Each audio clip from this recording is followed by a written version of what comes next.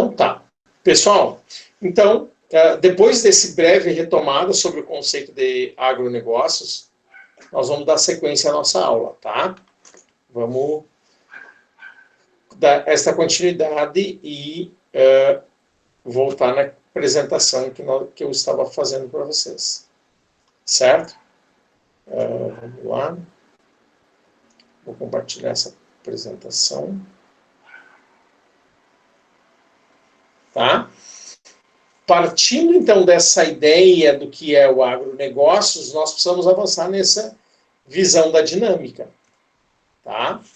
Bom, toda a dinâmica de agronegócios pensa em 3 tipos de agricultura ou agropecuária. A de subsistência familiar e a comercial.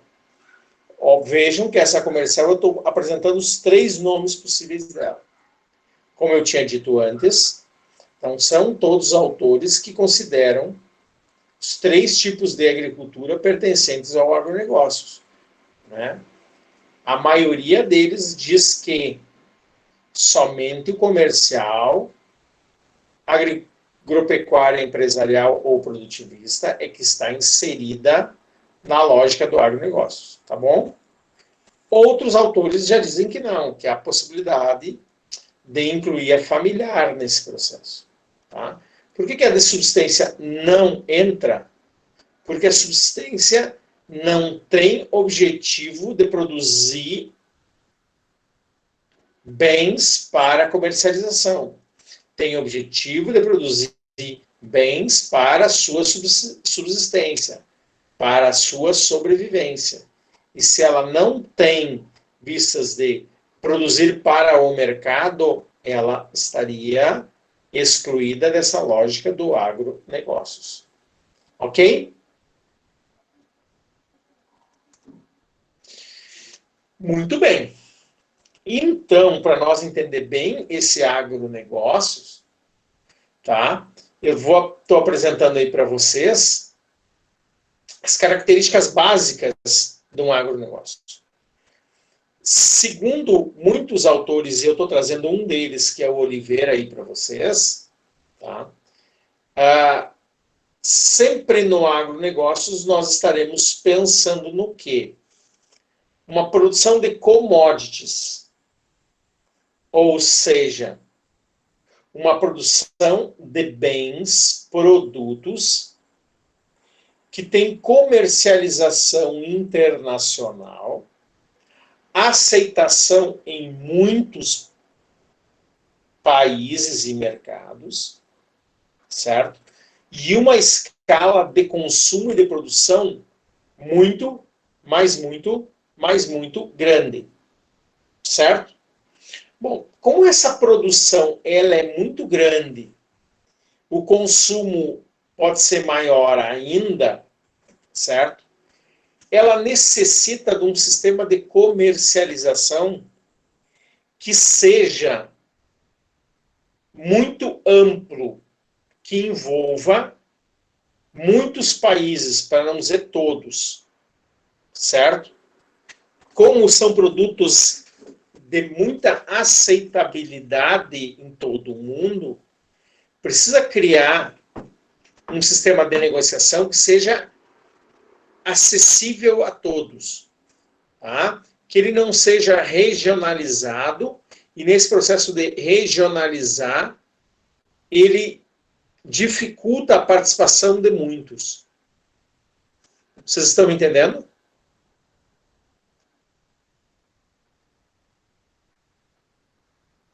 Professor, não consegui entender, não. Tá, vamos lá, então. Primeiro, o que são commodities? Vamos tomar como exemplo soja, boi gordo, milho, cana-de-açúcar. Tá legal? Para falar da área do agro. Existe algum país que não consome carne bovina? Sim. A Índia. Né? A Índia consome, algumas partes consome, mas a maioria da Índia não consome carne bovina. O resto todo mundo está consumindo. E aí são quantos bilhões de pessoas consumindo? Né? Vejam que o consumo de proteína é muito, muito grande. Qual é o país que não consome soja? Muito difícil de dizer isso. A maioria dos países tem uma forte necessidade por consumir soja. Por quê? Porque a soja vai ser convertida em óleo, né? Esse óleo de cozinha, esse óleo para fritar. Esse soja vai ser convertido em ração animal para alimentar animais dos outros países, para esses animais serem convertidos em proteína, ou seja, carne.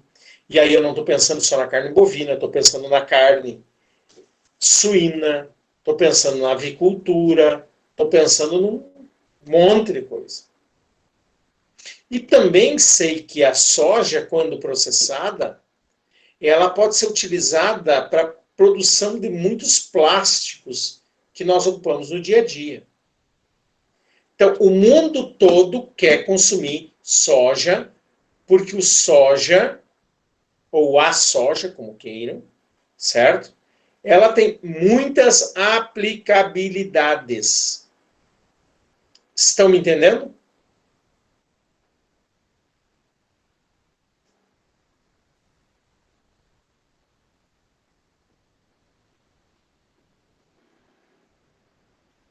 Bom, da mesma maneira, se eu pensar a cana-de-açúcar, né?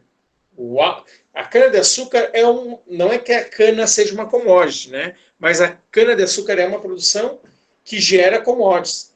Gera o etanol e gera o açúcar. Consumido pela maioria dos países no mundo. E consumido num volume também extraordinário. Então, todos os países, para não dizer, né, ou para dizer quase todos os países, querem consumir isso.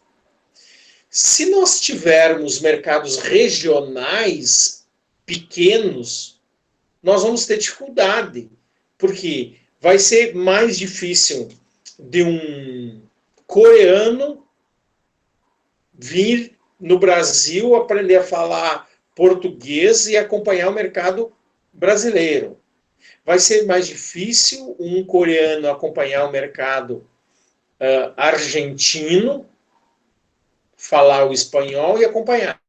Vejam se eu tiver, e aí eu vou deixar uma coisa bem pequenininha.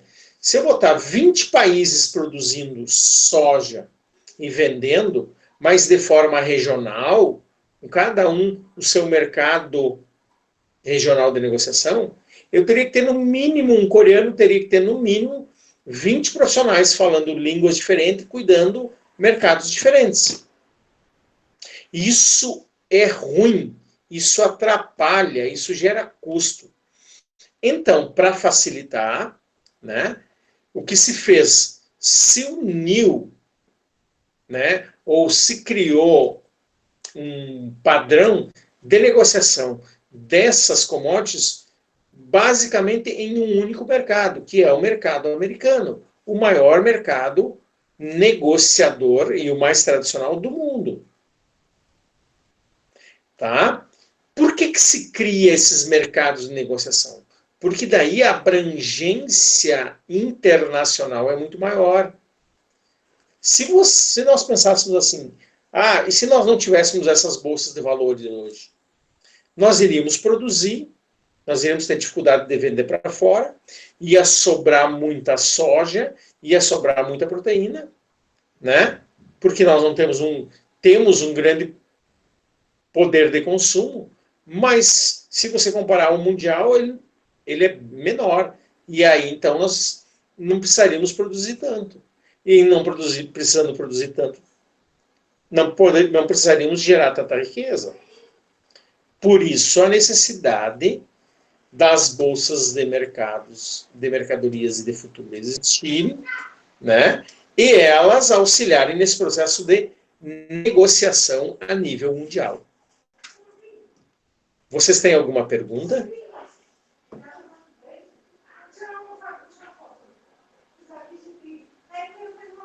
Vocês têm alguma...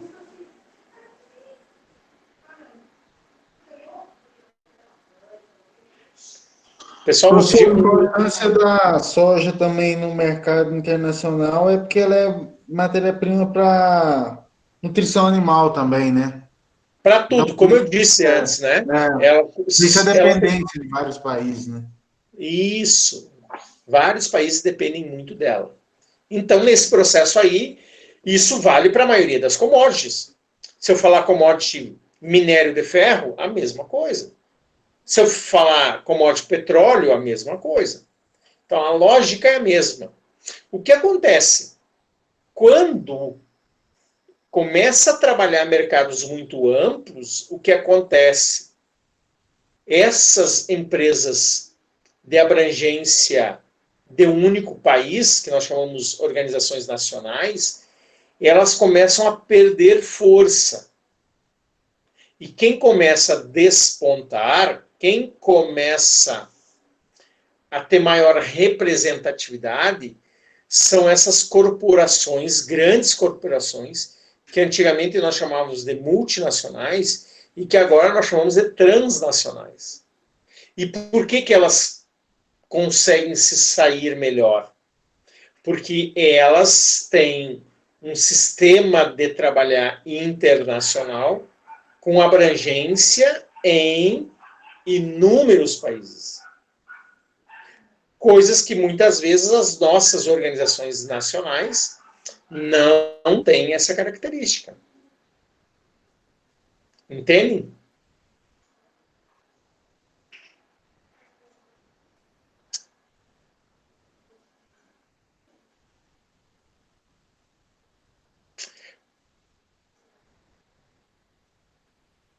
Por isso que essas grandes corporações vão avançando sobre todos os países, vão concentrando essas operações de compra e venda e vão se tornando monopólios.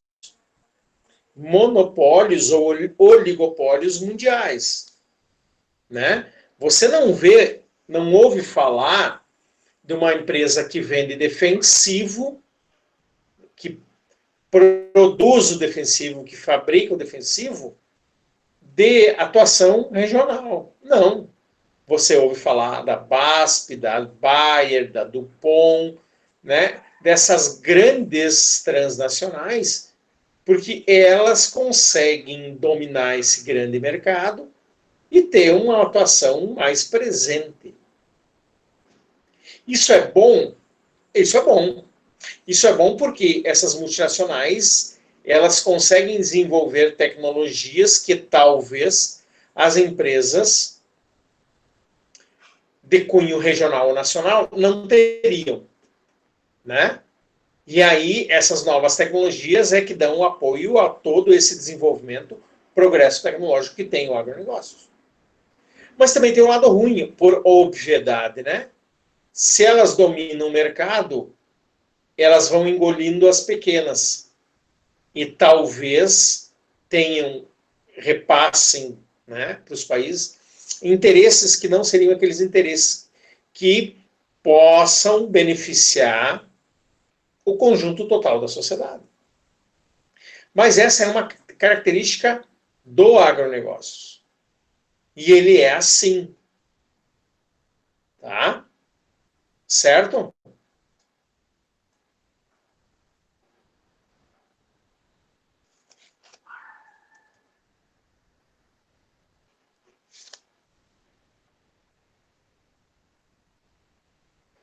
Eu vou continuar falando e se vocês tiverem perguntas, vocês vão fazendo, ok? Certo? Levantem a mão, me interrompam, não tem problema nenhum.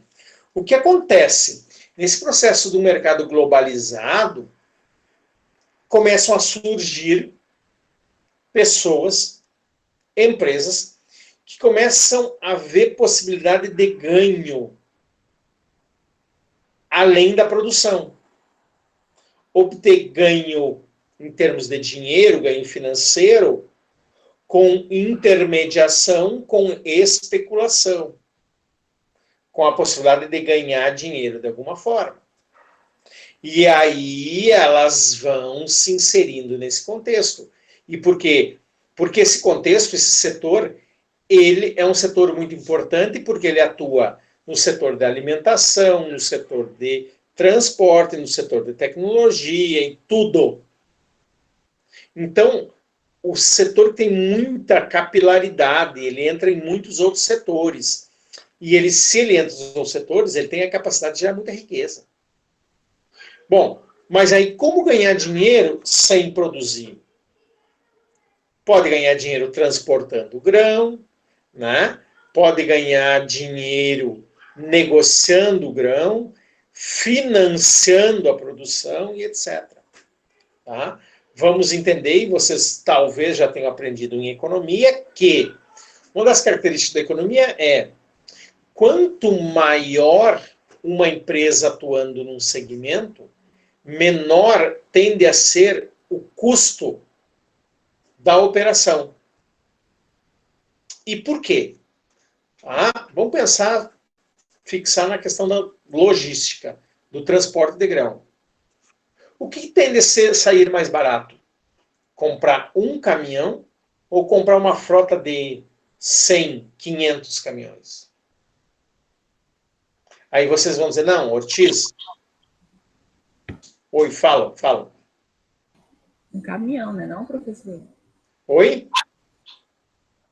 Comprar um caminhão não sai mais barato, não? Pois é, então vamos lá. Quem é que falou que eu não consegui pegar? Orlando. Orlando, eu vou comprar um caminhão. Tá? Então eu vou dizer que um caminhão custa 300 mil reais. Se eu for na loja comprar um caminhão, certo? O cara vai me dizer assim, olha, eu não tenho como te dar muito desconto. Vou te tirar 5 mil reais. Então, eu vou te fazer aí 295 mil reais para pagamento à vista. Beleza. Tá? Eu sei que se eu for comprar 100 caminhões a 300 mil, eu vou gastar na casa dos milhões. Vai ter mais desconto. Pois é, mas aí a pergunta é, se eu chegar para um vendedor e disser, Orlando, eu não quero comprar um caminhão, eu quero comprar 100 caminhões, que desconto tu me faz? Eu tenho que fazer o cálculo, né? Quem é que tu acha que vai ganhar mais desconto, que compra um ou que compra 100? Compra 100. Pois é. E aí, então, tu joga isso pro combustível. Quem é que vai comprar mais barato o combustível por litro? Quem compra para um caminhão ou compra para 500 caminhões? Para 500. Essa é a lógica. E, às vezes, essa é a lógica que justifica a formação das cooperativas, né? Por que você faz a cooperação entre diversos produtores? Para se unir, comprar em grande quantidade e pagar mais barato. Só que aqui não estou falando em cooperativa, estou falando em organizações separadas. Esse pessoal começa a ver um mar de oportunidades para ganhar dinheiro, apoiando, ajudando esse segmento. Tá? Só para dar um exemplo, tá? Orlando, a vacina, né? A vacina vai ser vendida em média a 10 dólares. Qual é o custo de uma vacina? O custo de uma vacina, vamos dizer que seja 1 dólar, 2 dólares. Olha o ganho que vai ter. Só que tem gente que ganhou antes da vacina, porque eles financiaram a vacina. Eles botaram dinheiro em cima para ajudar no desenvolvimento da tecnologia da vacina. Eles não vão vacinar, eles não vão vender, eles simplesmente deram dinheiro para que a vacina dê certo. Por quê? Quando a vacina der certo, vende para bilhões de pessoas. E o lucro da empresa, a empresa que vende para bilhões, vai ter muito lucro. E quando ela der lucro, ela vai dividir entre os que ajudaram a financiar o desenvolvimento dessa tecnologia. Por isso que mercados globalizados, mercados de alcance mundial, certo? Tem essa característica de serem altamente capitalizados, ou seja, precisa muito dinheiro, e terem possibilidades de outros, de intermediários, de especuladores, ter ganhos financeiros. Né? Mas, certo? Só uma pergunta. Essas vacinas, elas não vão ser totalmente gratuitas? Perdão, Orlando, eu não estou te ouvindo. Essas, está me ouvindo agora? Melhorou, mas bem pouquinho. Essas vacinas, elas não vão ser totalmente gratuitas?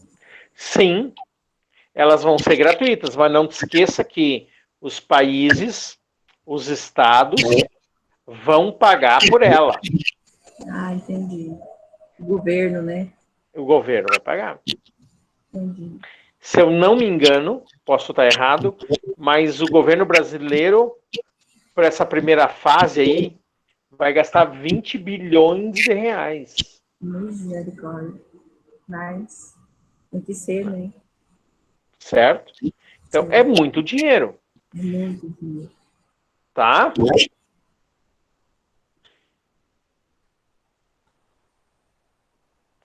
Alguma pergunta a mais? Alguma consideração? Não, por enquanto está tranquilo, estou entendendo. Mas quando é que isso muda? Tá? Oi, alguém queria falar mais? Quando é que isso muda? Eu vou tentar mudar, eu vou mudar a apresentação aqui e vou tentar mostrar para vocês. Tá?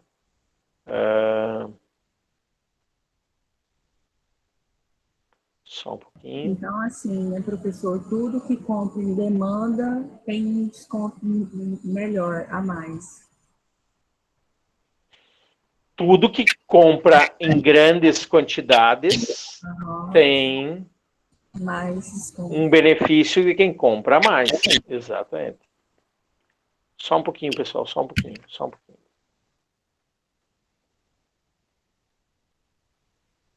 Oi. Ô pai, onde é que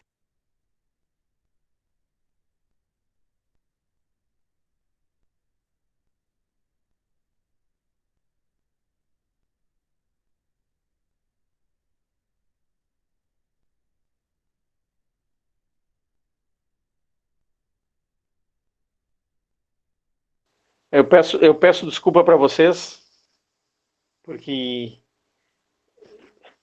esse home office precisa muitas vezes fazer uns atender os filhos, né? Então, tá? Mas vamos lá. Eu vou tentar apresentar para vocês aqui uma lógica desse processo. Que eu tento demonstrar através dela quando é que há essa mudança, tá? Certo?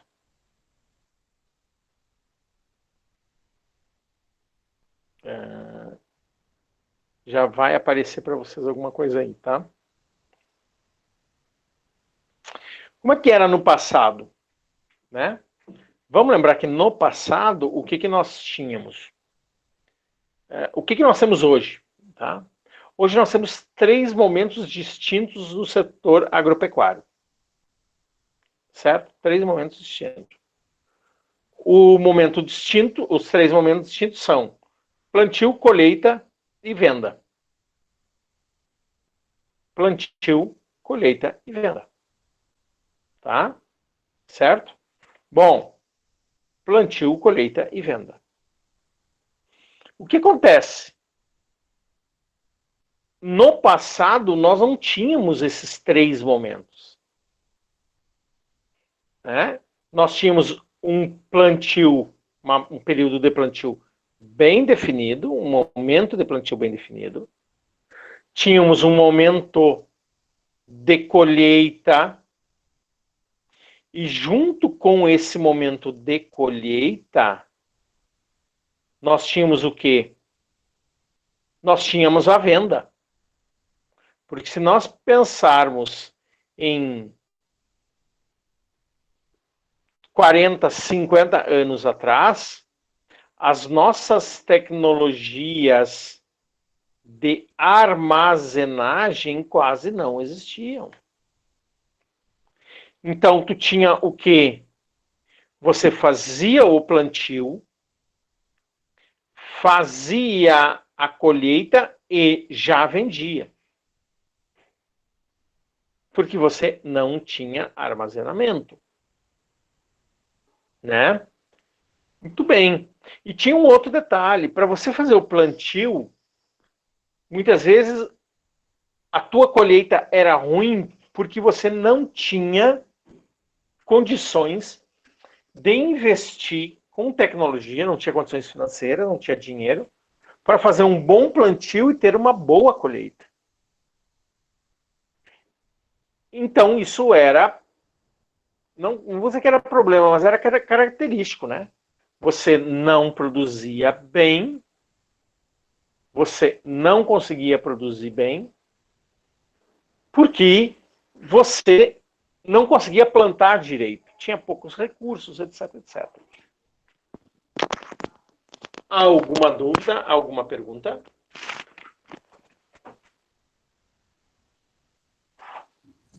Tranquilo. Mas a Por partir enquanto, tranquilo também. professor, mas a partir de quanto que começaram a fazer estoque? De novo, Orlando, aqui eu não entendi. A partir de quando que começaram a fazer estoque? Pois é, as tecnologias de armazenagem, elas começam a ocorrer, elas começam a ser necessárias no momento que as tecnologias de produção começam a ampliar a produção. Tá?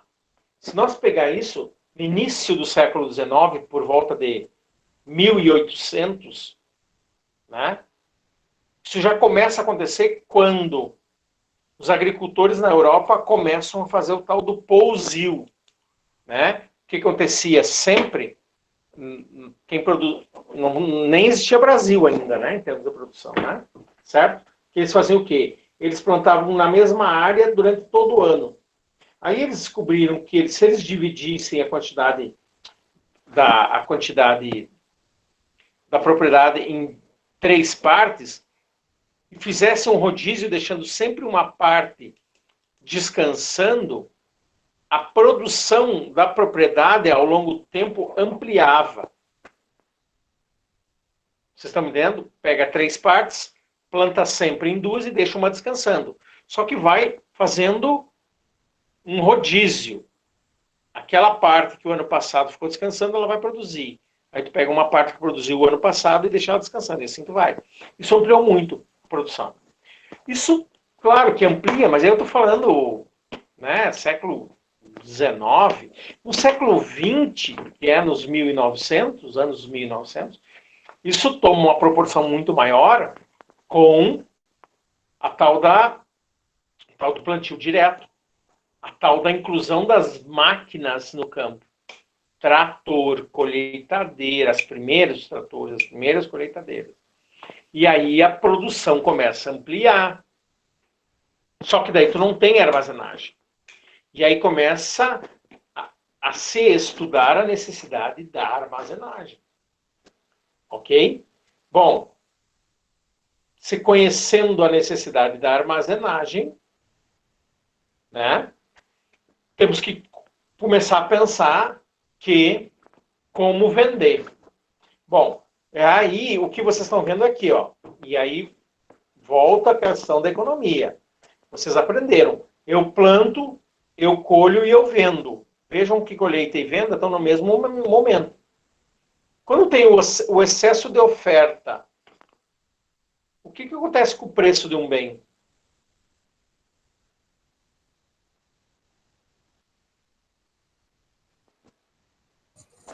Dispara, aumenta. Desculpa, não entendi. Aumenta, né? Dispara quando há pouca Quando oferta. ele tem excesso de oferta. A excesso é o contrário, é diminui o valor de mercado. Isso. E aí, Professor, isso é professor, ruim, qual né? foi a sua pergunta que eu não entendi?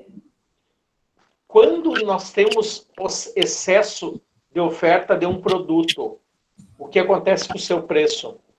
Cai, não? Cai. É isso que nós estamos dizendo. O preço cai. E era esse o problema que o agricultor tinha. Porque ele colhia e já estava colhendo mais do que ele esperava, só que ele era obrigado a vender Barato porque não estocava. porque não tinha condições de estocar. Quando você cria essa armazenagem, e aí vejam aqui na figura, você desloca a venda para um outro momento. E quando tu desloca a venda para um outro momento, te abre a possibilidade de você vender esse bem numa entre-safra, num momento que tem pouca oferta. E aí, no momento que tem pouca oferta, o preço sobe. Exatamente. Só que tem Perfeito. produtos, Vai. que não seja grão, tem produtos dentro do agronegócio que não dá para estocar. Qual? Tipo, hortaliças, tem frutas que não dá para estocar. Como assim que não dá? Como Só, assim? só se for fazer suco, professor. Só se for, mas tem fruta que não dá para estocar. Como é que nós... E como é que nós... Vamos falar da manga. A manga perde. Perfeito. Orlando, Não, eu estou tô falando no... de grãos. Não estou falando dos grãos, as frutas. Tá, perfeito. Joia. Eu entendi. Aí eu vou pegar a caso da manga. Tá legal? Tá. Manga. Quando vocês produzem manga, aqui no Rio Grande do Sul não tem produção de manga. Mas eu continuo comendo manga na entre-safra. E essa manga não vem nem de Goiás, ela vem do Ceará. Como é que ela consegue chegar aqui, sair do Ceará, levar 15 dias e chegar aqui no Rio Grande do Sul? Boa. Tem sim. Curto período tem como estocar, mas com longo período não tem como, professor, porque ela amadurece, ela perde. Mas veja, Orlando, Não tem, professor. o que eu quero falar é que eu não estou querendo dizer longo período, curto período. Eu estou querendo falar em um período de venda diferente do período de colheita. Ou até mesmo em locais diferentes da colheita, que é o caso que eu te disse agora. Né? Uhum. Eu fui no mercado hoje. Quanto é que tu acha que eu estou pagando o quilo da goiaba aqui no Rio Grande do Sul hoje? Hoje, o quilo? Não tem nem noção, professor. Mas é R$4, porque é época de produção aqui. Na época do inverno aqui, que não da goiaba, mas no nordeste da goiaba, eu pago R$18, R$19 o quilo da goiaba. O quilo foi R$4? É, 4, 5, coisa assim. Bem em conta. É, mas é porque tem produção aqui agora. É porque é época de chuva, né? Então tem produção. Isso. Exatamente. Mas no inverno eu pago quase R$20. E por que isso ocorre? Porque veja que eu consigo comer goiaba fora de época, ou porque ela está estocada, ou porque ela vem de outro lugar. E aí, para vir de outro lugar, eu não falo só na logística, no transporte. Eu falo, inclusive, na logística com armazenamento, com freezers, com não sei o quê, né? Freezer? O senhor acha que congela Sim, sim. a goiaba? As frutas, na maioria delas, quando são transportadas para outros países, para outras localidades, eles não chegam a congelar, Orlando. mas eles resfriam ela até um ponto que ela para, que ela para e ela não apodrece, entendeu? Aí quando você tira do resfriador, a partir dali começa o processo de maior maturação, etc, esse tipo de coisa. Tá? Mas o que eu quero que vocês centrem a ideia é nesses 3 momentos aí dessa figura que eu fiz aí para vocês, para entender. Bom, aí tem um detalhe, né? Orlando, Villers, Larissa, Natália, Rogério e quem mais ia assistir. Será que eu não sendo produtor, eu posso ganhar dinheiro nessa coisa aí? Posso. Eu posso muito bem, e aí eu vou tentar fazer aqui para vocês, tá? Eu posso muito bem criar, eu posso muito bem ser o cara que vai comprar, ó, que vai comprar na... Desculpa, não entendi. Comprar para vender, revender. Isso, o intermediário. Vou lá comprar da Orlando quando ela colhe, pago barato, né? Pago barato, estoco, guardo esse grão, vocês colhem em janeiro, fevereiro, para vender em agosto, quando o preço está alto. O senhor, por exemplo, se o senhor for comprar lá de mim, o senhor vai comprar barato porque o senhor vai comprar com mais volume de produto. Também, né? E veja uma coisa, Orlando, isso eu estou dizendo que daí eu, Luiz Cláudio Ortiz, vou ter que comprar, vou ter que montar um silo, né? Vou ter que ir lá na Orlando comprar o grão, transportar o grão da Orlando até o meu silo, vou ter um custo, etc, etc. Tudo bem, mas eu estou ganhando dinheiro. O Villers vai ser mais esperto ainda, porque ele não vai querer conhecer a armazenagem, ele não quer conhecer a distribuição. Ele vai dizer assim, Ortiz, eu financio para ti. Se tu tá com dinheiro para comprar meio armazém, meio silo de soja, faz o seguinte, eu te empresto dinheiro, em vez de comprar meio silo de grão, tu compra silo inteiro. Eu sei que se tu comprar da Orlando a 70 na safra, tu vai vender a 120 na entre safra, tu vai ganhar 50, né? O Villers diz assim, Ortiz, e se eu te prestar esse dinheiro, e em vez de tu ganhar 50, tu ganha 40. Mas tu não vai ganhar 40 sobre um número pequeno, que é meio silo. Tu vai ganhar 40 pelo dobro. Vai ser vantagem para o Ortiz ou não?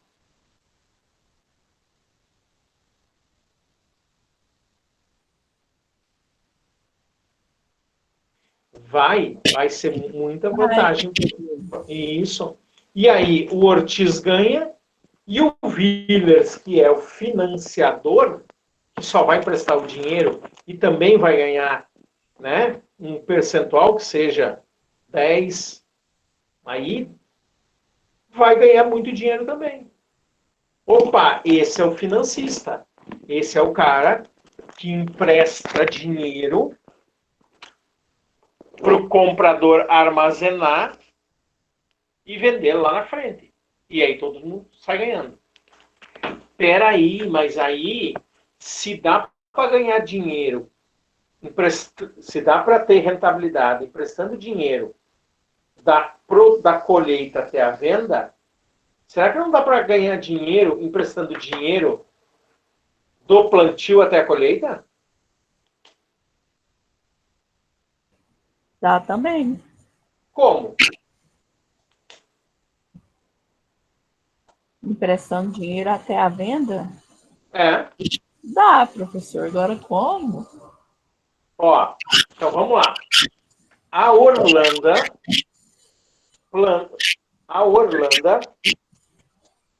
normalmente, na área dela, minha caneta está falhando, na área dela, que eu não sei que área é, ela tem 300 cabeças de gato. Sim. Normalmente, o que acontece com a Orlando? Em média, ela pega um bicho desse com 200 quilos e quando chega na época de venda, ela vende ele em 400 quilos. Certo? Certo. Por que ela não bota, ao invés de 300 bichos, 500 bichos? Porque ela não tem dinheiro. Tá? E por que ao invés dela entregar com 400 quilos, ela não entrega com 700 quilos? Porque ela não tem dinheiro para pôr em medicamento, em tecnologia, em série de coisas que vai ampliar o peso do bicho. Aí vem o Willers. O Willers vai dizer, Orlando, que tal tu dobrar o número da cabeça e eu te empresto o dinheiro? E em vez de tu só dobrar o peso do bicho, vamos triplicar o peso do bicho. Eu te empresto o dinheiro, tu bota tecnologia, bota mais gado, mais tecnologia, né? Aí Certo? o senhor está me falando que essas tecnologias é para engordar mais o gado, é isso? Exatamente, eu não sei como, tá? Nem imagino. Mas eu acho que tem, né? Certo? Eu acho que vai ter uma possibilidade. E aí veja o seguinte, o Willers vai ganhar emprestando dinheiro, porque quando tu vender, em vez de 300, tu vender 500 animais, que ao invés de vender a 400 quilos o bicho, peso final vai vender a 700, tu vai ter um ganho monstro grande, muito grande, e mesmo tirando uma parte dessa e pagando o Willers, o teu ganho ainda vai ser maior do que antes. Concorda comigo ou não? Concordo. Esse é o processo de financeirização do agronegócio. Mas esse tipo de processo de Isso, de financiar. financiar, isso seria através do banco, né? Pode ser através do banco, pode não ser através do banco, pode ser através de uma cooperativa, pode ser, inclusive, por empresas financiando produtores, pode ser, inclusive, governo financiando produtor, pode ser, inclusive, a própria empresa que vende o trator, que vende o agroquímico, financiando o produtor. São várias organizações, várias empresas que podem entrar nesse jogo. Entendi. Larissa, entendeu? Natália, entendeu? Entendi, professor. Nenhuma pergunta, Natália? Não, até agora não. Eu tava notando mais ou menos o que você estava falando. Rogério, e a tua dúvida?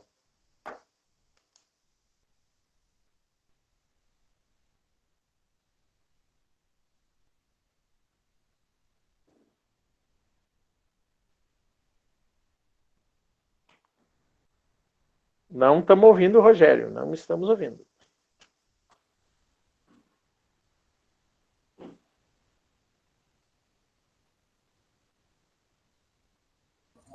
Professor, Tá. essa Ele disse que eu... essa transação e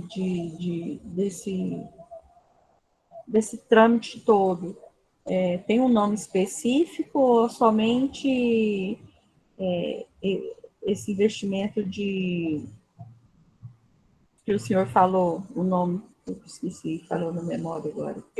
Essa financeirização, esse processo de financiarização, é normalmente um processo de financiar, tá? Ele tem inúmeros nomes, inúmeros.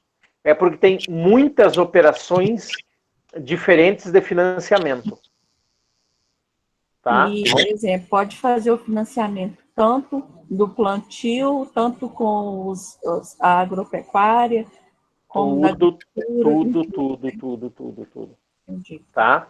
Inclusive, Orlando, turma, tem até investidor estrangeiro colocando dinheiro em produtor. Os chineses fazem muito isso. Os alemães, os europeus fazem muito isso. É óbvio, né, que ele não vai querer financiar alguém que tenha 10 vacas de leite. Ele quer financiar quem tenha 10 mil vacas de leite. Sim. É porque o lucro é maior, né? Ah, porque aí vai valer a pena, né? Imagina ele pegar quantos agricultores que ele tem para dar um lucro interessante, quantos agricultores de 4 alqueires ele vai ter que pegar para dar um lucro? Quantos contratos, negociação individual ele vai ter que fazer? É mais fácil ele fazer essa negociação com esses milhares de pequenos agricultores ou ele fazer uma única negociação com um grande produtor? Com um grande produtor, porque Pois o lucro vai ser bem mais... O lucro é maior, o incômodo é menor, etc, né? O risco vai ser menor, coisas desse gênero. Tá legal? Então, porque esse processo também foi bem falado, o senhor falando sobre risco, porque ele também tem grande risco de dar certo, como também de não dar certo, entendeu? Ah, com certeza. E por isso que muitos deles se preferem, gostam muito de financiar pivô de irrigação. E por que financiar pivô de irrigação? Como assim, pivô de irrigação? Me explica melhor, professor. Vocês já viram um pivô de irrigação produzindo soja? Eu, tipo, com os olhos nus, até hoje eu nunca vi, mas eu já vi, sim, tipo, em revistas, em jornais, na televisão. Mas, perfeito. pessoal, qual é o risco de produzir soja sem irrigação? Milho sem irrigação? só dependendo da chuva? O risco é não ter chuva no momento certo e aí a produtividade cai. É isso. É grande, o risco é grande. Né? E quando tu bota um pivô de irrigação, esse risco de faltar água aumenta ou diminui? O risco de faltar água pode diminuir. Diminui. Ué, então, como diz um bom goiano, uai, né? Vou irrigar porque eu vou ter um risco menor de dar errado a minha safra. E se eu irrigar, molhar essa planta no momento certo, o que vai acontecer? A minha produtividade vai aumentar. Então, eu financio quem quer irrigar, e pode, que não é todo mundo, porque eu sei que esse cara vai produzir mais e vai colher sempre. Ou quase sempre. Legal. Tá legal? Bom, vamos passar para a nossa apresentação. Então, se eu sei de tudo isso, né, eu entendo, ou nós precisamos entender, que essa produção do agronegócio, ela tem o objetivo específico de atender um mercado que não é necessariamente o brasileiro. E aí, então, vem a história do modelo agroexportador. Produzir bens, produzir commodities e exportar, vender para outros países. Qual é o benefício? Quando você vende para um outro país, você recebe o pagamento desse produto em dólar, o governo fica com os dólares e repassa para a empresa ou para o produtor em reais. Então, quem é que fica bem nessa jogada? Os dois, né? O agricultor, porque recebe o produto que ele vendeu com o lucro que ele pretendia ganhar, mas só que ele recebe em real. Enquanto isso, o governo, que recebe em dólar, fica com esses dólares, porque ele vai fazer a sua poupancinha, né? Certo?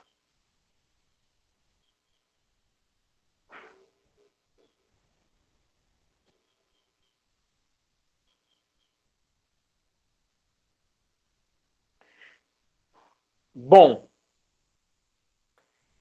sabendo disso tudo, nós temos que entender que o agronegócios segue uma lógica de competitividade. O que é ser competitivo é ser mais produtivo. Todo mundo vai conseguir ser mais competitivo, mais produtivo? Não. Então, a lógica da competitividade está pressupondo que vai ter gente que vai ganhar dinheiro porque consegue ser produtivo, e tem gente que não vai conseguir ser produtivo e não vai acompanhar tudo isso. A lógica da competitividade é uma lógica de desigualdade. Vão ter os que são competitivos porque são produtivos, e tem aqueles que não conseguem. Eles não conseguem ser produtivos porque, daquele jeito de produzir, eles não conseguem ganhar dinheiro. Então, o que eles vão ter que fazer? Ou vão ter que procurar outras estratégias que não a do agronegócios, ou vão ter que abandonar, vender suas terras, ir embora, etc, etc. Tá? Falta de tecnologia, essas coisas que... Exatamente, né? Certo? Porque o que nós vemos quase sempre, né? Os pequenos agricultores não têm a competência de se unir em cooperativas, em associações. Então, eles não conseguem produzir em grande escala, em grande volume, né? Por uma questão de não conseguir, certo?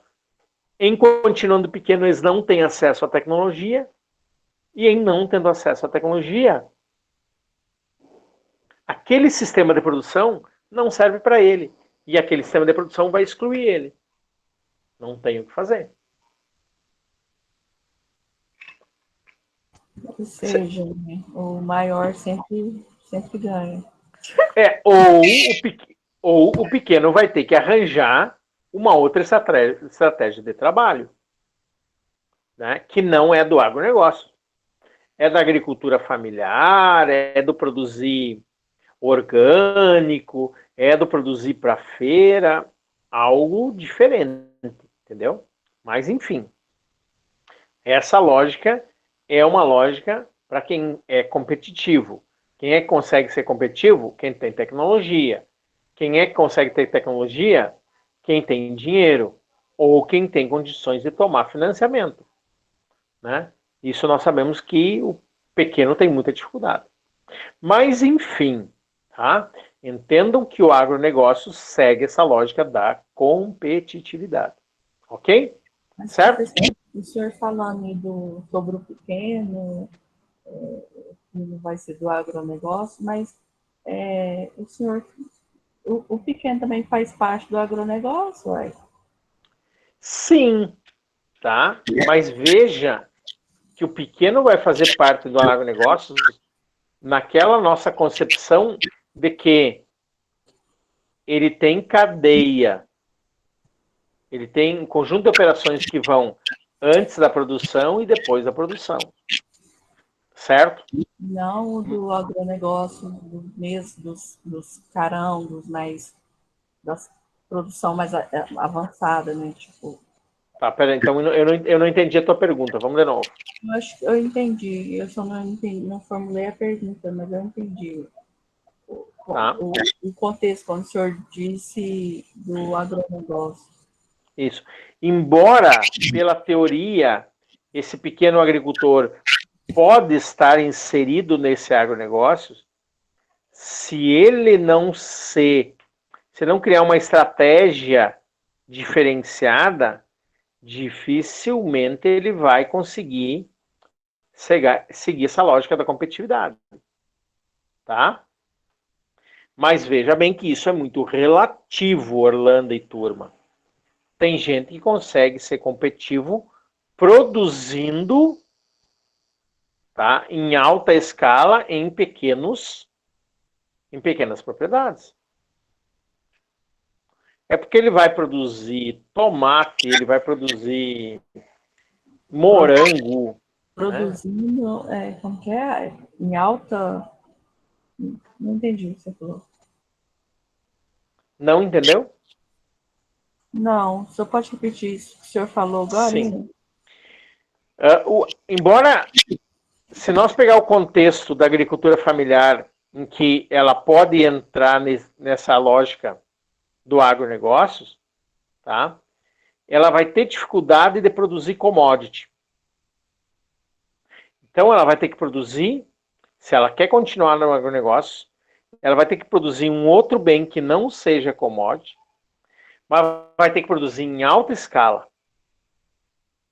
Produção de tomate, Entendi. produção de moranguinho, produção de orgânico, né? Que não exclui ele dessa lógica de competitividade e não exclui ele do agronegócios totalmente. Entendi agora. Alguma pergunta a mais? Não. Tá. Eu gostaria, e eu vou fazer duas perguntas que vão estar no Moodle sobre esse vídeo que eu estou indicando aí. Essa apresentação vai estar no Moodle depois da aula. E eu gostaria que vocês olhassem esse vídeo. Ele tem, se eu não me engano, mais de hora de vídeo. Mas eu gostaria que vocês centrassem o olhar a partir do minuto 22 até o minuto 31, tá? Que fala sobre essa lógica do agronegócio. E dessa parte aí que eu estou pedindo para você olhar, vai ter duas questões no Moodle para você responder. Ok? Ok. Jóia. Muito bem. Tá? Continuando essa lógica da competição, tá? Essa lógica da competição não é nova. Ela não surge com o agronegócios. Na verdade, o agronegócios, ele se apodera de uma teoria que vem da administração e da economia, tá? Que é a teoria de gerar vantagem competitiva. Só é bom, só é produtivo as empresas que conseguem criar vantagem competitiva. E o que é vantagem competitiva? Ser melhor que o seu concorrente. Vantagem competitiva, vamos entender de uma maneira resumida, ser melhor que o seu concorrente. E como é que você vai ser melhor que o concorrente? Bom, primeiro, você vai ter que fazer diferente do que o teu concorrente faz, né? E aí vem um dos argumentos que é, se você tem que fazer diferente para fazer melhor, você, no processo de fazer diferente, você vai inovar. Vai criar alguma coisa diferente do que vinha fazendo, que vai te possibilitar se sobressair em relação ao teu concorrente ou aos teus concorrentes, né? Então, essa melhoria, que pode ser tanto em termos tecnológicos, de produção ou de organização, tá? Vai poder modificar processos de produção ou vai modificar o produto em si, né? E vai fazer com que a empresa, a organização, seja mais competitiva, né? Vamos lembrar, para dar um exemplo, a questão do transgênico. O que é uma semente transgênica? é uma semente que já traz dentro de si, se eu estiver errado, alguém, por favor, me corrija, já traz dentro de si os defensivos agrícolas que matam os bichinhos que podem comer e reduzir a produtividade, o crescimento da planta. Né? Então, alguém viu que um dos problemas, no caso da soja, era que quando ela está lá crescendo, vem um bichinho, come ela ou atrapalha o seu crescimento. Qual era o problema? Até o agricultor descobrir que tem o bicho, passar o veneno, o crescimento já estava... O rendimento da planta, o crescimento da planta já está prejudicado. Então veio alguém e pensou, e por que não largar o veneno dentro da semente? Que quando o bicho vem, tem o veneno, ou ele não chega, ou ele come e morre. Ah, isso foi a transgeníase. Melhor deixar dentro da semente já, né? Isso. E a transgênico reduziu o custo da produção em 30%. É igual eu tenho umas plantações de... Igual não, só um exemplo. Eu tenho umas plantações de couve aqui, sabe? Aí as borboletas, elas vêm e bota os ovinhos dela. Todas as vezes, todo dia tem que tirar os ovinhos. Quando não tiro, vira as lavas. Ou não, como as couves tudinho. Que barbaridade. E isso é feito à mão. Tá bom. E veneno não dá para passar. Uai, professor. Até dá. Dá, só que eu ainda não comprei veneno, não. Porque às vezes é caro, né? Ou porque o produto que tu quer vender é um produto que tenha a menos quantidade de químicos possíveis. Não, não é porque é caro, não, porque eu não procurei para passar, mas vai ter que passar agora o veneno. Então, Porque tá dando até purgão, né? Em algumas, agora tem que usar veneno. entendi. Bom, acredito que todo mundo tenha entendido, né? Ou alguém tá com dúvida?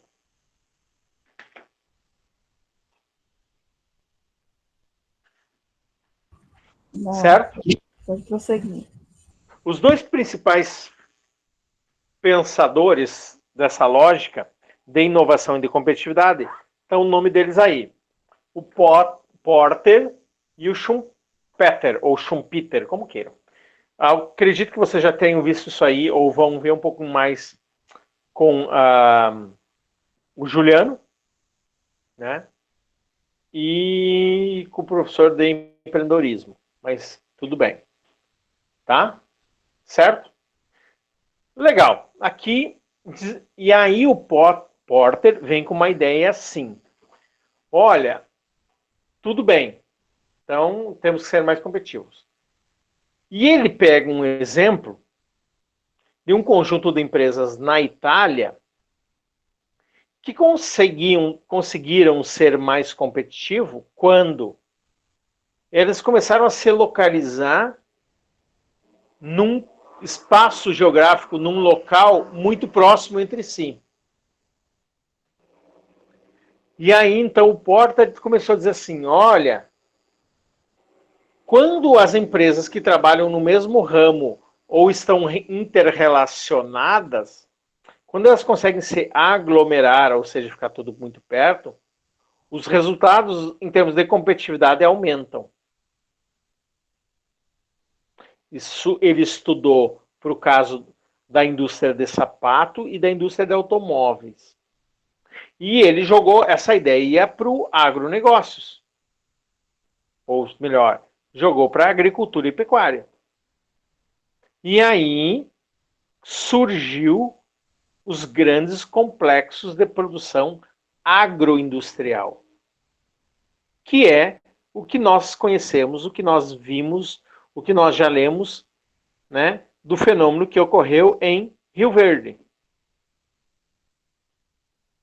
Por que Rio Verde consegue crescer tanto, não só na produção de grãos, mas como na produção de produtos? Porque ele conseguiu trazer para perto, num aglomerado, né, num pequeno espaço geográfico, um conjunto muito grande de empresas. Certo? Tá? Isso é característica do agronegócio. Então, além daquele contexto de inovar, de gerar competitividade, de botar mais tecnologia, começa a surgir essa ideia de formar locais, espaços geográficos onde as empresas se concentram e conseguem gerar um grau maior de competitividade. Tá? Isso nós vamos começar a ver, tá, na partir da aula que vem, quando nós falarmos em cadeias produtivas e complexos agroindustriais. Tá bom? Certo? Muito bem. Tá? Aqui tem mais umas explicações da onde, como é que o Porter pensou para justificar esse pensamento, tá?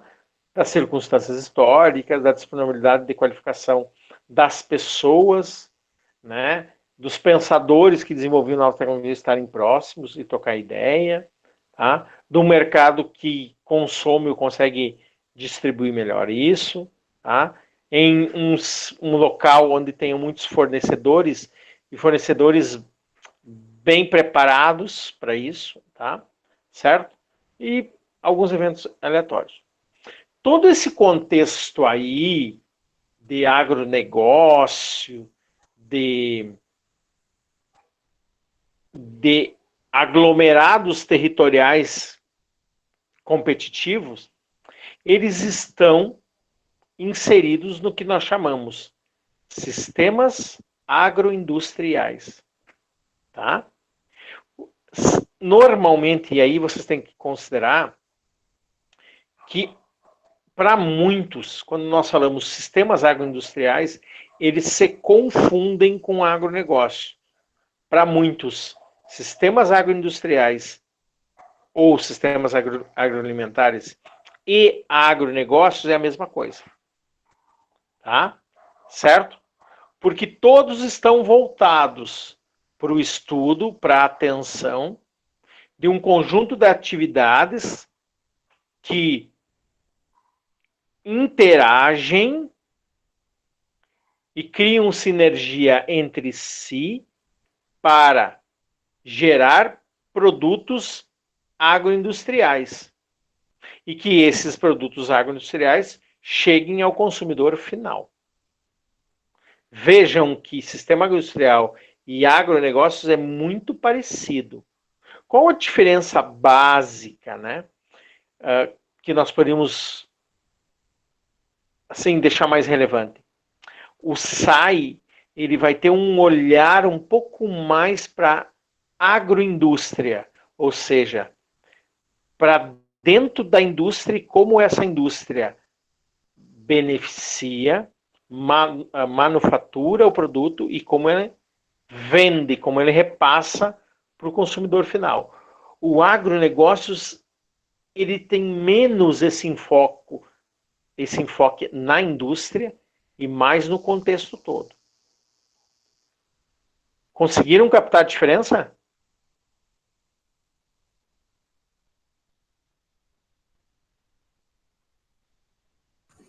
Então, o sistema agroindustrial é diferente do agronegócio? Para muitos não, mas se nós olharmos especificamente, ele tem essa diferençazinha. Tá legal?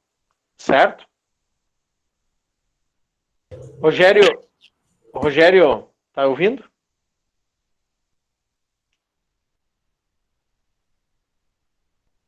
O Rogério não está conseguindo falar. Rogério, é você que trabalha com o leite? Me escreva aí.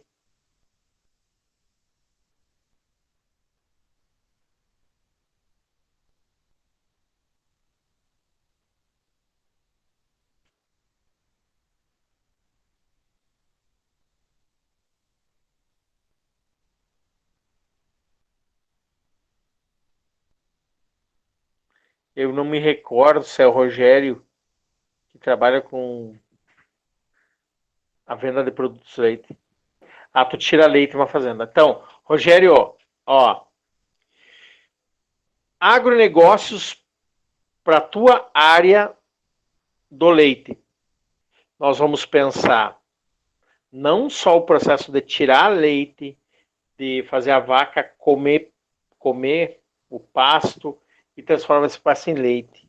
No agronegócio nós pensamos isso, pensamos toda a cadeia anterior a isso, que é o veterinário, o fornecedor de medicamento, o fornecedor de insumos, etc. Mas também olhar para frente, né?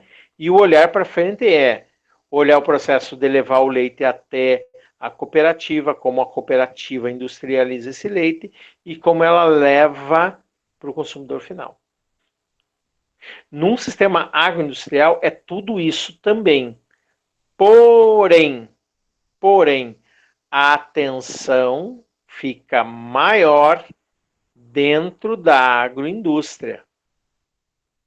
Ou seja, considera tudo o que nós tínhamos falado, mas dá uma atençãozinha maior para como a indústria processa o leite e como esse leite é distribuído e como esse leite, esse queijo, esse iogurte, esse derivado é jogado no mercado. Tá? Essa é a grande diferença. Ok? Certo? Bom, da mesma forma como o outro, né? Os elementos básicos de um sistema agroindustrial é a atividade primária, aquilo que nós sabemos, agricultura, pecuária, pesca e todos os outros, né? Entra a indústria agroalimentar, como eu tinha dito, entra a distribuição, ou como a indústria, depois de processar esse bem, ele leva ao consumidor, né? Certo? Se preocupa com o consumidor, se ele está aceitando o comportamento do consumidor em relação àquele produto, se ele já está desistindo daquele produto, ele quer um produto novo, aos outros mercados, fora do teu mercado nacional, mercado exterior, então chamado por comércio internacional, e também toda a indústria e serviço de apoio que faz com que esse segmento cresça. Ok? Certo? Muito bem. Quando nós pensamos em sistema agroindustrial, nós estamos pensando naquele aglomerado territorial. As indústrias muito próximas entre si. Né? Jataí, Rio Verde, né? Etc, etc, etc. Tá? Certo? Nós estamos inseridos dentro de um contexto de sistema agroindustrial? Eu acredito que sim, né? Porque se nós pensar numa rota de 100, num raio de 100 km, 150 quilômetros, nós estamos envolvidos dentro de grandes aglomerados geográficos que são bastante produtores, né? São produtores relevantes no processo, né? Então, sim, nós estamos inseridos no contexto agroindustrial, né? Muito bem, tá? Porque nós estamos nesse aglomerado, nesse ambiente ou território próximo. Nós possuímos vocação produtiva? Sim. Né? O Goiás produz vocação produtiva na produção de commodities, como na produção de proteína, pecuária, carne, né? Certo? Cumpre uma função econômica? Por obviedade, cumpre. Gera riqueza. A Orlândia pega uma semente de couve, transforma aquilo ali em couve, agregou muito valor, né? Então está cumprindo uma função econômica.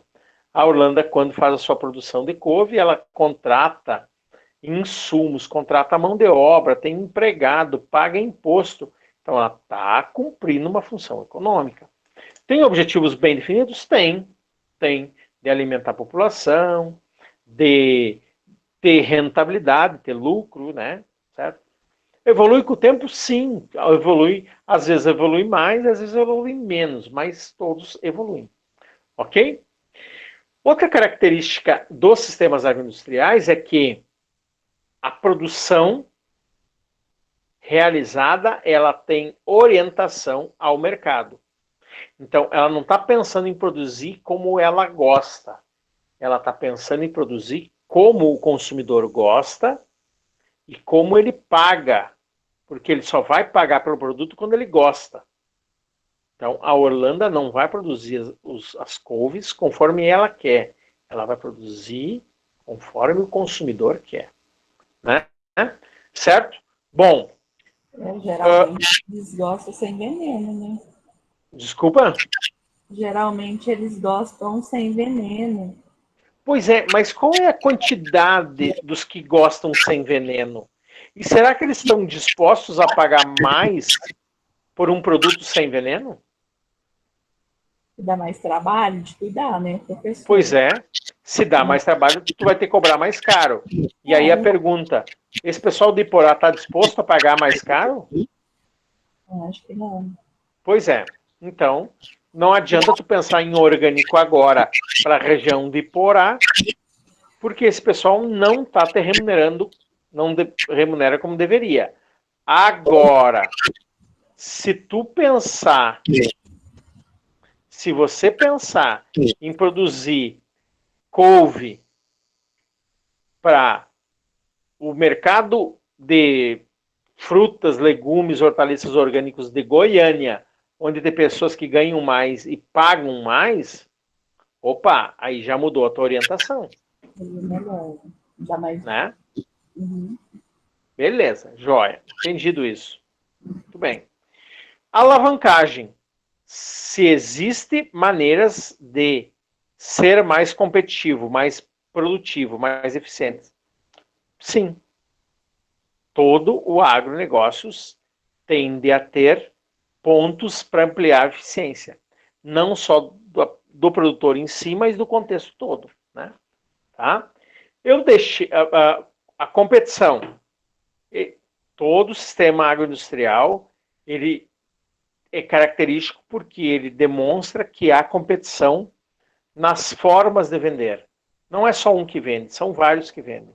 Então, nos canais de comercialização, há competição entre vários players. Verticalidade. Por que eu deixei por último? Porque essa é a principal e a mais difícil. Um sistema agroindustrial vertical é aquele que ele tem a característica de uma mesma organização iniciar a produção e ir até o final. Iniciar a produção e ir até o final, dentro da própria empresa, tá? E não terceirizar as atividades para outros. Tá? Ah, isso vai sempre ocorrer? Não. Isso acontece algumas vezes. Tá? As empresas concentram dentro da sua estrutura a maior parte das atividades. Então eu vou pensar naquele frigorífico que produz suíno, que talvez não seja muita realidade de vocês, né? O que ele faz para o suíno sair da qualidade que ele quer? Ele entrega o porquinho bem novinho, entrega a ração, entrega a forma do agricultor engordar esse porco. Passado tantos dias, vem o caminhão do frigorífico, recolhe aqueles porquinhos, no tamanho, na gordura que ele pré-definiu, embarca a mesmo, eu estou falando tudo, a mesmo frigorífico. Embarca esse porquinho, leva para dentro do frigorífico, mata esse porco, que não é mais porquinho, agora é um suíno grandão, tira as partes que ele quer, embala, faz os cortes que ele quer, embala e manda para o mercado. Isso é verticalidade, trazer para dentro da organização o maior número de operações possíveis. Ok?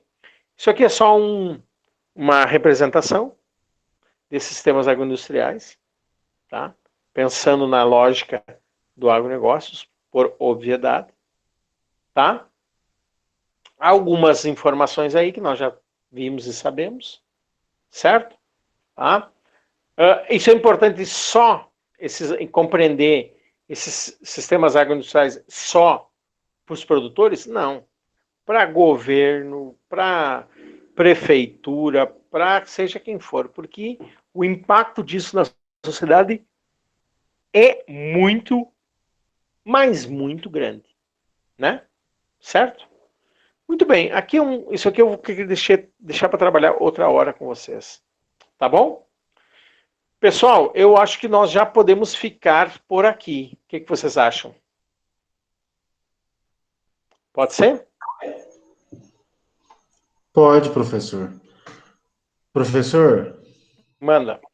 o senhor citou que haverá uma atividade para a gente assistir o vídeo, até discriminou os minutos que eram mais interessantes para nós. Essa atividade vai ficar aberta até quando na plataforma? Eu vou colocar amanhã. Isso deve ficar aberto até o dia 10 de janeiro. Perfeito. Tá? Pessoal, alguma dúvida, alguma pergunta?